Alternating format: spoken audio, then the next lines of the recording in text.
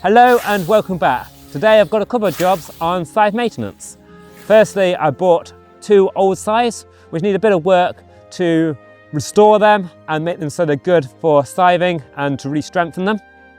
Secondly, I've got an unusual fault with the scythe I normally mow with. The snath has been crushed by the clamp, and so I'm going to do a repair to fix that.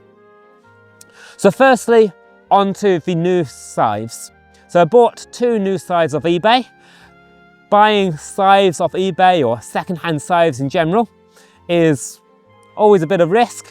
They're always going to have probably some issues with them. These ones are actually really good quality, but they've been stored in a barn or they've been stored in a shed over many years and they're not being treated. So the blade is rusty and the wood is drying out. And if it dries out, it gets weaker and brittle, so it's more likely to snap. First thing that I want to do is to treat that snath, treat for wood. So all I've done is bought some linseed oil, which I can coat on the snath. This helps it to absorb the oil and will help it to last for multiple years and re-harden the snath. I put linseed oil on my scythes that I mow with every year on the snaths just to keep them in good condition. So this is just the same maintenance that I'd be doing on my scythes every year, but I'm doing it to these new ones straight away. It's also worth checking for woodworm and adding a woodworm killer. Even if you don't see any, it's well worth putting some on, and then it gives you that peace of mind. Secondly is checking the blades. So the blades, one of them was in quite good condition, the other one was a bit damaged. The main thing that I want to do is stop it getting further damaged and to stop it rusting. I sand off the rust with just sandpaper or sanding block. I've used sandpaper, so I need to be a bit careful on my hands. I'm just doing it quickly at the moment, so I've done a quick sand and then oiled it. This oil will help prevent the rust from getting worse until I come to it in the spring when I do a proper another look over. I'll wash off the oil and I'll sand it down further. If you're interested in seeing me scything with an English scythe, then check out my channel in the spring, probably summertime, where I'll be trying out these new scythes. Now we go on to the snath that has been crushed by the clamp. When mowing, I tighten the clamp quite firmly. This stops it from slipping. I don't want the blade slipping because it can cause the blade damage if the hafting angle is wrong. And particularly it's likely to, when it slips, it tends to increase the hafting angle, and that means that there's a lot more pressure on that blade, which then will be driven back into the snath. And this tends to be how snaths are snapped. So I control this by tightening the clamp very firmly, which prevents it from slipping, which then prevents the extra strain on the snath.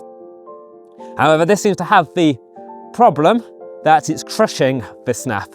I think this is probably exaggerated by the amount that I scythe. I scythe throughout the whole year. I scythe in the winter, I scythe in the summer, but also I scythe in all weather conditions. So if it's dry, I scythe, but also if it's wet, I'm scything. What I think's happened is I think that it's weakened by the absorbing of lots of water into the wood, and I think that's softened the wood slightly.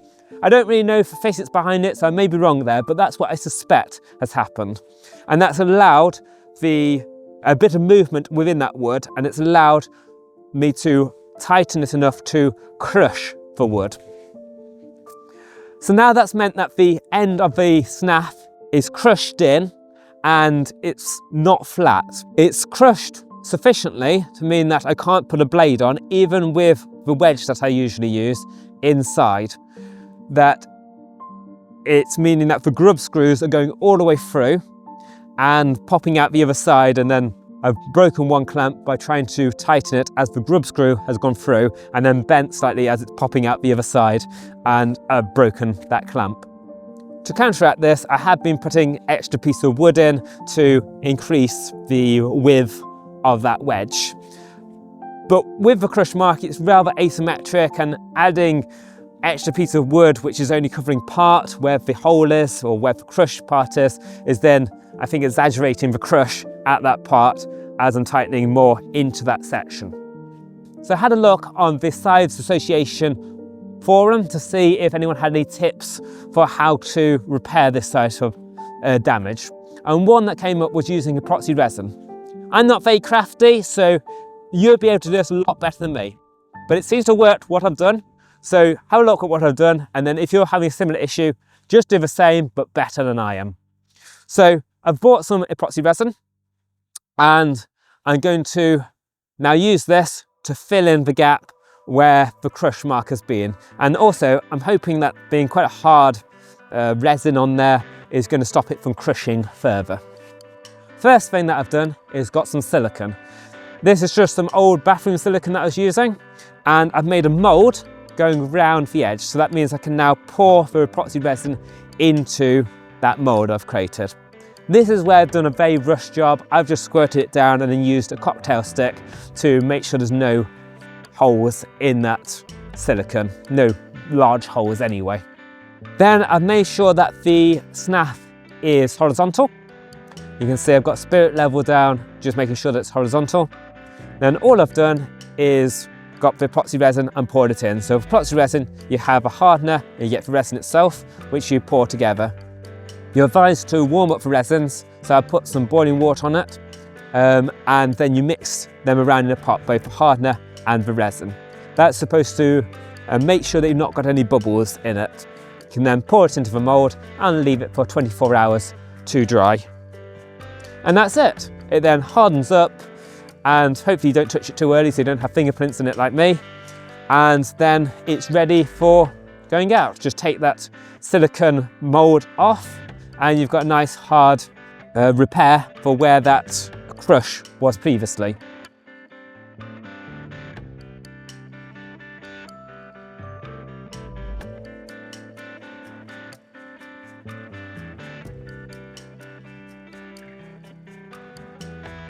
I think I might have put a little bit much resin in. It's meant that it's fairly high and harder to get the blade in, but it still works.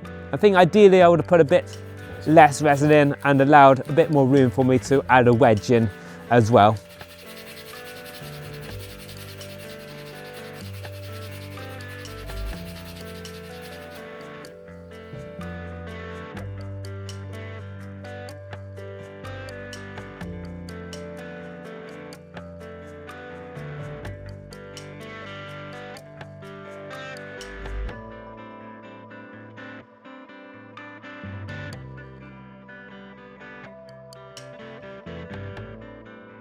I'm pleased with the repair, and as you can see, I'm going off and mowing with it and it's working fine.